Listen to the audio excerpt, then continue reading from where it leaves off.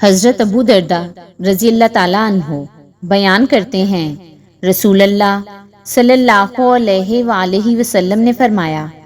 روز قیامت سب سے پہلے مجھے سجدہ کرنے کی اجازت دی جائے گی اور سب سے پہلے مجھے سجدہ سے سر اٹھانے کی اجازت دی جائے گی۔ پس میں اپنے سامنے دیکھوں گا تو تمام امتوں میں سے اپنی امت پہچان لوں گا، اور اسی طرح اپنے پیچھے،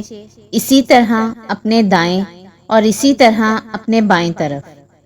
تو کسی شخص نے عرض کیا، اللہ کے رسول، آپ تمام امتوں میں سے اپنی امت کو کیسے پہچانیں گے؟ جبکہ حضرت نوح علیہ السلام سے لے کر آپ صلی اللہ علیہ وآلہ وسلم کی امت تک کتنی امتیں ہیں؟ آپ صلی اللہ علیہ وآلہ وسلم نے فرمایا، وضو کے نشانات کی وجہ سے ان کے ہاتھ پاؤں اور پیشانی چمکتی ہوگی، ان کے علاوہ کوئی اور ایسا نہیں ہوگا، اور میں انہیں اس لیے بھی پہچان لوں گا کہ انہیں ان کا نامہ اعمال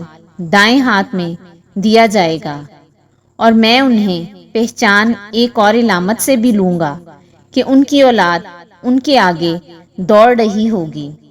حضرت ابو ہریرہ رضی اللہ تعالیٰ عنہ بیان کرتے ہیں، رسول اللہ صلی اللہ علیہ وآلہ وسلم نے فرمایا،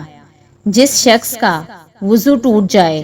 تو جب تک وہ وضو نہ کرے اس کی نماز قبول نہیں ہوتی۔